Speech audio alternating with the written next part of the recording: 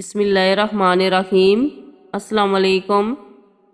تین ہم نام بائی۔ کہتے ہیں کسی جگہ ایک شخص رہتا تھا جس کے تین بیٹے تھے۔ اس شخص نے اپنے ان تینوں بیٹوں کے نام عبداللہ رکھے ہوئے تھے۔ دن گزرتے رہے حتیٰ کہ اسے مرض الموت نے آن لیا۔ اس نے اپنے تینوں بیٹوں کو بلا کر وصیت کی کہ عبداللہ کو وراثت ملے گی، عبداللہ کو وراثت نہیں ملے گی اور عبداللہ کو وراثت ملے گی۔ اس کے ساتھ ہی اس کی روح قبض ہو گئی۔ یہ خود تو فوت ہو گیا مگر اپنے بیٹوں کو حیرت میں ڈال گیا کہ کیسے فیصلہ کریں کہ کن دو عبداللہ کو وراثت ملے گی اور کس ایک کو نہیں ملے گی۔ تینوں نے فیصلہ کیا کہ شہر جا کر قاضی سے اپنا مسئلہ بیان کریں اور اس سے کوئی حل مانگیں۔ تینوں اپنے زادِ راہ کے ساتھ شہر کے لیے عازم سفر ہوئے۔ راستے میں انہوں نے ایک ایسے شخص کو دیکھا جو اپنی کسی گمشدہ چیز کو تلاش کرتا پھر رہا تھا۔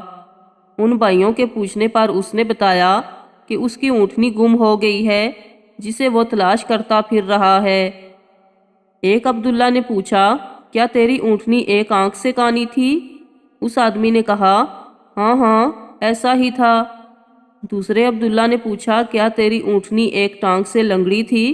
تو اس آدمی نے جلدی سے کہا، بالکل صحیح، میری اونٹنی واقعی ایک ٹانگ سے لنگڑی تھی۔ اور تیسرے عبداللہ نے اونٹنی کے مالک سے پوچھا، کیا تیری اونٹنی کی دم کٹی ہوئی تھی؟ تو اس نے خوشی سے کہا، بالکل ٹھیک، میری اونٹنی کی دم بھی کٹی ہوئی تھی، بس اب جلدی سے بتا دو میری اونٹنی کہاں ہے؟ تینوں عبداللہ نے مل کر جواب دیا، باخدا ہمیں آپ کی اونٹنی کے بارے میں کوئی علم نہیں، ہم نے اسے ہرگز نہیں دیکھا۔ اونٹنی کا مالک ان کی یہ بات سن کر غصے سے پاگل ہو گیا۔ اس نے فیصلہ کیا کہ ان تینوں کو کھینچ کر قاضی کے پاس لے جائے گا۔ اسے پورا یقین تھا کہ اس کی اونٹنی کو یہ تینوں ذبح کر کے کھا چکے ہیں اور اب اپنے جرم کو چھپانے کے لیے جھوٹ بول رہے ہیں۔ اونٹنی والے نے جب تینوں کو اپنا ارادہ بتایا تو انہوں نے کہا، ہمیں کوئی اعتراض نہیں کیونکہ ہم خود بھی قاضی کے پاس ہی جا رہے ہیں۔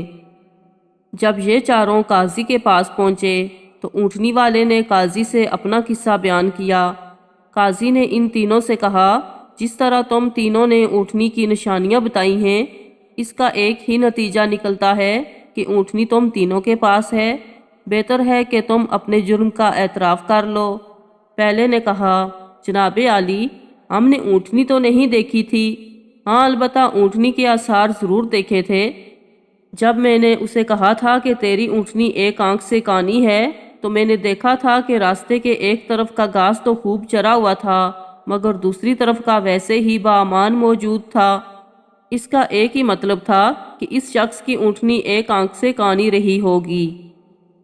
دوسرے عبداللہ نے کہا، میں نے دیکھا تھا کہ راستے میں 3 قدم تو گہرے لگے ہوئے تھے جبکہ چوتھا قدم زمین پر معمولی پڑا ہوا تھا، جس کا مطلب بس اتنا ہی بنتا تھا کہ یہ جانور لنگڑا بھی تھا۔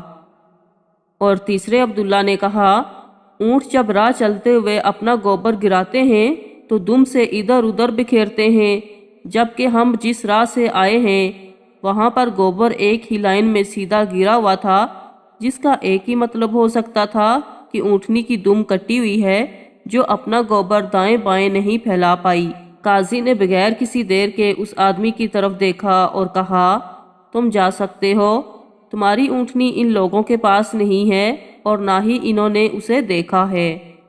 اونٹنی والے شخص کے جانے کے بعد ان تینوں بھائیوں نے قاضی سے اپنا قصہ بیان کیا، جسے سن کر قاضی بہت حیران ہوا۔ ان تینوں سے کہا، تم آج کی رات مہمان خانے میں ٹھہرو، میں کل تمہیں سوچ کر کوئی حل بتاؤں گا۔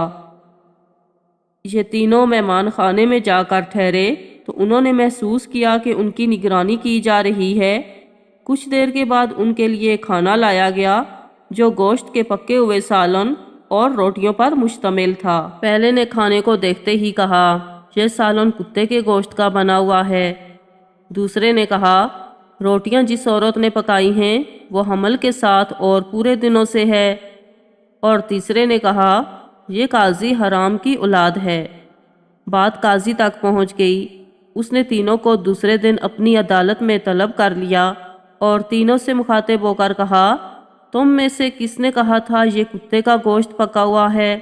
پہلا بولا، میں نے کہا تھا۔ قاضی نے باورچی کو بلوا کر پوچھا تو اس نے اعتراف کیا کہ پکانے کے لیے کچھ نہیں تھا، تو اس کو شرارت سوجی اور اس نے کتا مار کر اس کا گوشت پکایا اور ان کو کھانے کے لیے بھجوا دیا۔ قاضی نے پہلے سے پوچھا، تمہیں کیسے پتا چلا یہ گوشت کتے کا ہے؟ تو اس نے بتایا، گائے، بکری یا اونٹ کے گوشت کے نیچے چربی لگی ہوتی ہے، جبکہ یہ سارا چربی نما تھا جس کے نیچے کہیں کہیں گوشت لگا ہوا تھا۔ قاضی نے کہا، تم وہ عبداللہ ہو جس کو اپنے باپ کے مال سے وراثت ملے گی۔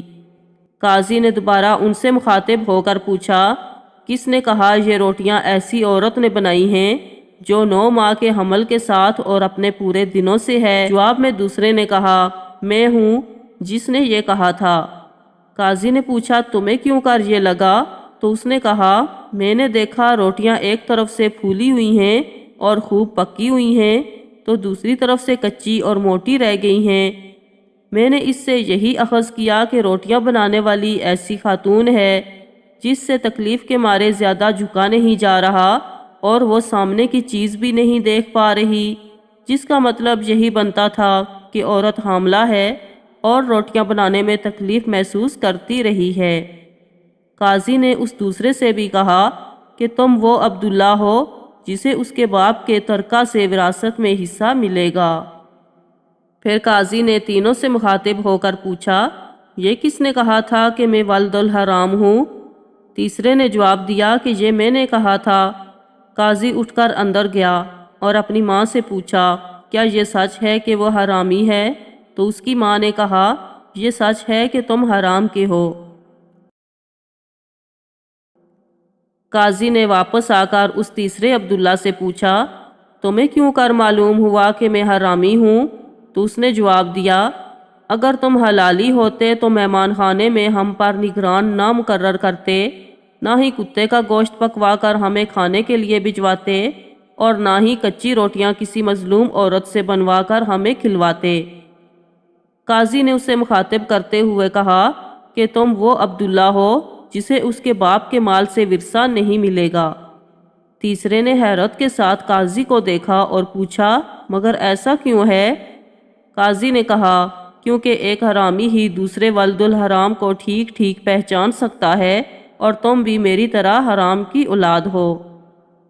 وراثت پانے والے دونوں عبداللہ اپنی ماں کی طرف لوٹے اور دریافت کیا کہ ہمارے تیسرے بھائی کا کیا ماجرا ہے؟ تو ان کی ماں نے کہا، تمہارا باپ ایک بار صبح کی نماز پڑھنے مسجد گیا تو اسے دروازے پر رکھا ہوا پایا تھا، اسے گھر لایا، اس کا نام بھی تم دونوں جیسا عبداللہ رکھا اور اس کی پرورش کی۔ جی، تو ایسی ہوتی ہیں عربوں کی حکایتیں جن میں حکمت کے درس بھی ہوتے ہیں۔ مضمون عربی سے لے کر آپ کے لیے ترجمہ کیا گیا ہے۔ آپ سے ریکویسٹ ہے، ویڈیو اچھی لگی ہو تو میرے چینل کو ضرور سبسکرائب کریں اور بیل نوٹیفیکیشن کو آن کر دیں تاکہ ہر نئی آنے والی ویڈیو آپ تک پہنچ سکے۔ شکریہ۔